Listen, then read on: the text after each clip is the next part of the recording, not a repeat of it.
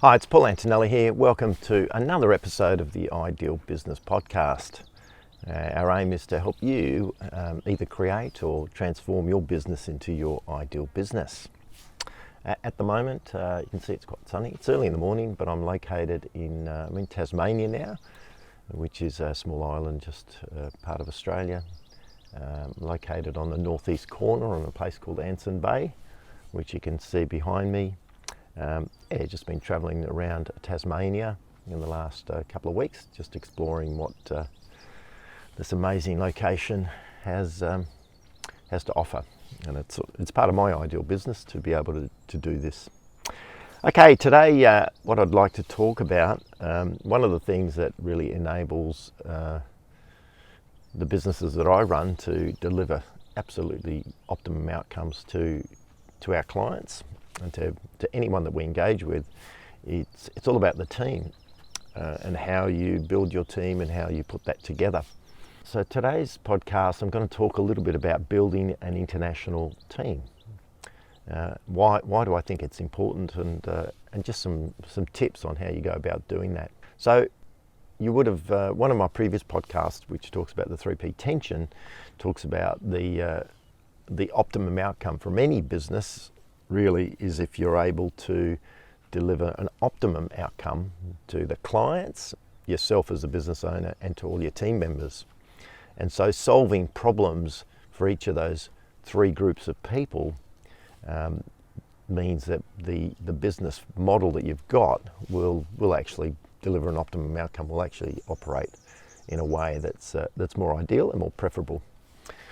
So one of the challenges in that model is the tension between delivering for clients and engaging the right team, keeping that team really involved in the business and enable them to lead and live an ideal life, which is often not something that's considered. Because it's really core to the way that I like to build businesses, part of the business model process is about making sure that anyone is involved in our business, be them contractors or team members or suppliers, also are able to achieve their sort of ideal outcome. One of the things that we've, as you know, it's a global world nowadays. There's plenty of opportunity to basically not only service clients globally, but also be able to add team members on a global basis.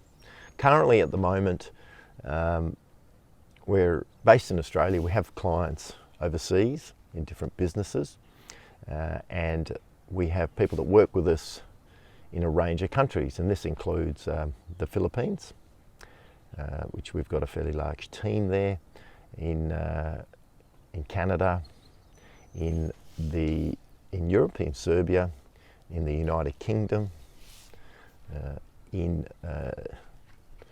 there's other countries where we also have people that work with us on a short-term basis, and that's France and through different parts of Southeast Asia.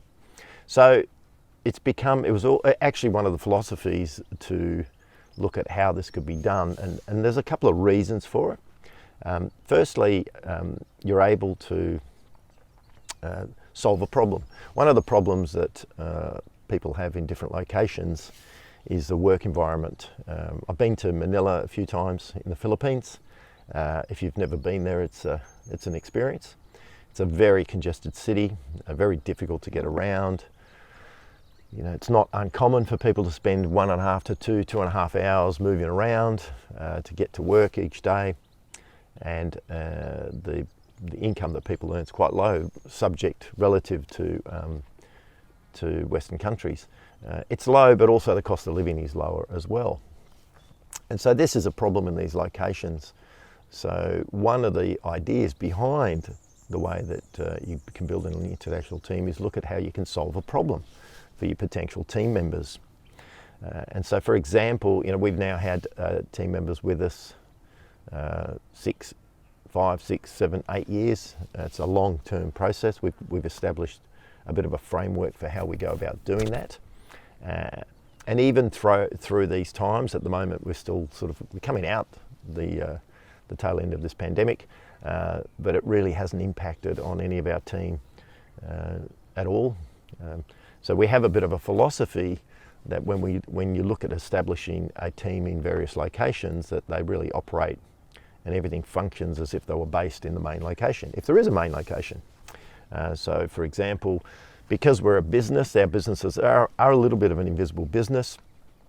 None of our team actually, we don't have an office, a centralised office. People operate mostly from where they live, where they're based.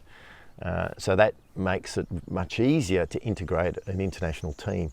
If, for example, we were a team, let's say in Australia, where we had an office, then there'd be the people in the office and the people outside the office. But because we don't have an office and we operate on different time zones all across Australia, it's a lot easier for us to integrate team members regardless of where they are in a virtual framework. It was always the intent. The business we've been operating businesses like this for over a decade, and it's pretty fundamental.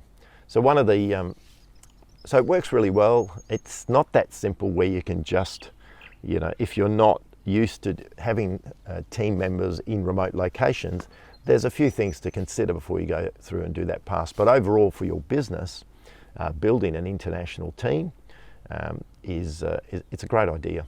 And so you're able to then, what I love about it, one of the things I really love about it is you're actually able to find the best people on the planet to work with you on terms that may work better for both your clients and yourself.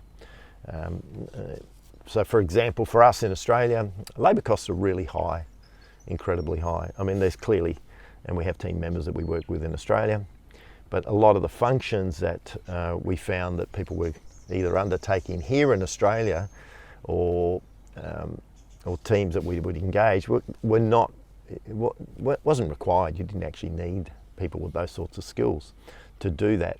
And so it's the ability to make sure that your team members, no matter where they're located, just focus on high level and higher value activities, which is a pretty important process for us. So typically, we have team members in Australia that look after different parts of the business, whether it's project management, marketing, finance, whatever it is. And then we'll have team members overseas, and people use the term virtual assistants. They're not really. I don't like the term virtual assistants because they're team members. They just happen to be in different locations, and as they've learnt and worked with us over the years, they've become pretty integral, and they're now a very, very integral part of our business. They understand the business in all different levels. And when our team members in, for example, the Philippines get too busy, or we find that they're undertaking tasks which can actually be not aligned with their skill set, then we find we'll get support for them potentially in their own location as well. So a great example is we've got Joe, who's our finance manager, runs all our accounts and bookkeeping functions across various businesses. To provide support for Joe, we then brought on board Annabelle that works for Joe and enables Joe to get more done, and just some of the lower task activities sort of effectively keep her attention on some of the more important activities. And so this process is actually really important to consider. It does take a little bit of time to put it together, but one of the biggest differences in operating a business like this is that you're able to really push the edges on customer service, on the way that you want to operate and run your business, even at a smaller scale, because of there is a lower cost base potentially in doing this sort of activity. As I've mentioned before, we don't really have any full-time staff. It's sort of against sort of our underlying core policy. I don't think anyone should be working full-time 5 days a week. And so we have team members not only around Australia but around the world that work various areas. It might be 20 hours a week, 25 hours a week, 30 hours a week, 16 hours a week, 10 hours a week, whatever it is. And so there's always someone that wants to fit in and doesn't want to work full time, has the skill set, and you can create a bit of a win-win arrangement to be able to do that. And so that's been a critical part of our process. And we use a platform that I've mentioned before called Ontraport, which is an automation system. We use it at a very high level, And so we're able to engage, there's probably a handful of technicians in the world that can operate at the level we need to and understand the way that platform works, and so we're able to engage with people all around the world to provide that service if we're unable to find the support that we need within our own country. And so that's one of the advantages of going sort of with an international viewpoint, is that you're able to attract people who have skill sets that might be missing, or because of their rarity where you're located, you might have to pay a premium for that. And so you can get around that process by going to where there's more people with those skills and that knowledge, if that makes sense. So it's been a really important part of the way we build businesses. All our team members, regardless of where they are treated the same. They're an integral part of the way our businesses unfold and the service we deliver to our clients. And it's because of this framework that not only can I sort of do what I'm doing, the way that I travel and the way that we run the businesses, but also we're able to deliver an exceptional level of service to our clients in the various businesses without actually going broke, which can be a challenge, because you might have a viewpoint to deliver this exceptional service, but if you actually put all the resources in place, particularly when your revenue is growing, you're still at the smaller end of the business scale, it could end up pushing you into a loss-making process until you get your revenue to that level. And I don't work with that like that with businesses. When I build and grow businesses, they have to make money. They have to be profitable from the get-go, and so I operate and run my business models so they do that. And so this building an international team enables you to do that. The other thing that I found really helpful in the process of having team members everywhere is it gets you outside your backyard, wherever that may be. You're talking to people and you're engaging with people that are typically engaging with other clients or other people or staff members or team members all around the world. And so these could be, we've got people that we work with, let's say in the UK, they work with clients all through Europe, all through America, all through Canada, and they're able to then bring their experience, expertise, and knowledge to the work they do with us. And this is the same with we've got a digital marketing agency that we've worked with for many, many years in Serbia. Great team. They have really excellent knowledge which they've developed over the years by working with companies in different industries right across the world. So this international view of how you can operate a business, taking advantage of some of the things that might not necessarily take place in your country or in your industry, is a really smart way to do different things and innovate in what your business may be.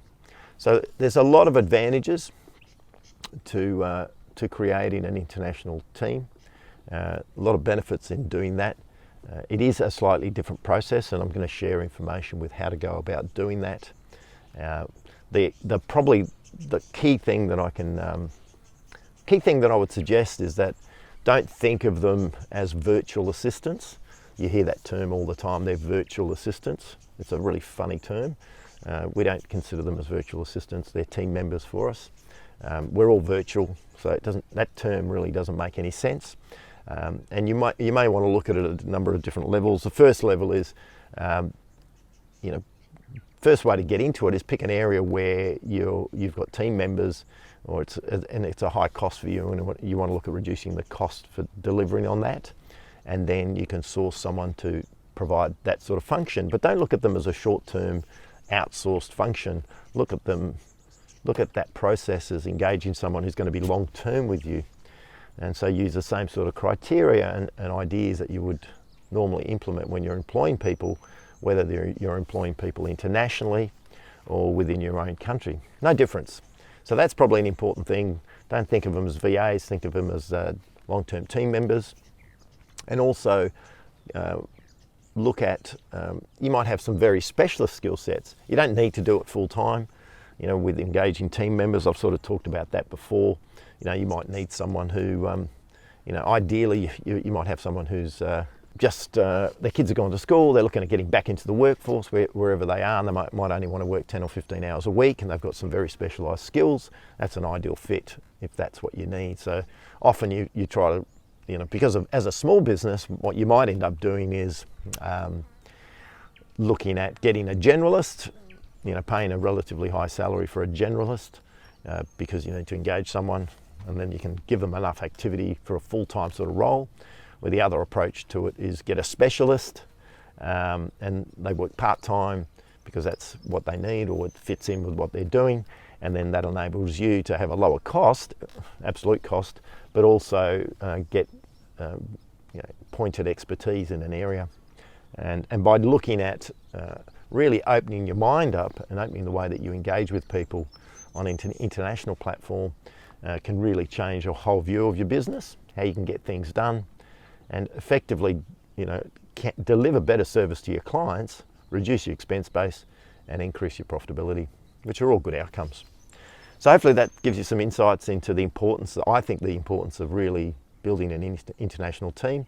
Even if you're not at this point operating your business in an international marketplace, it creates a really good basis and platform if you want to do that in the future.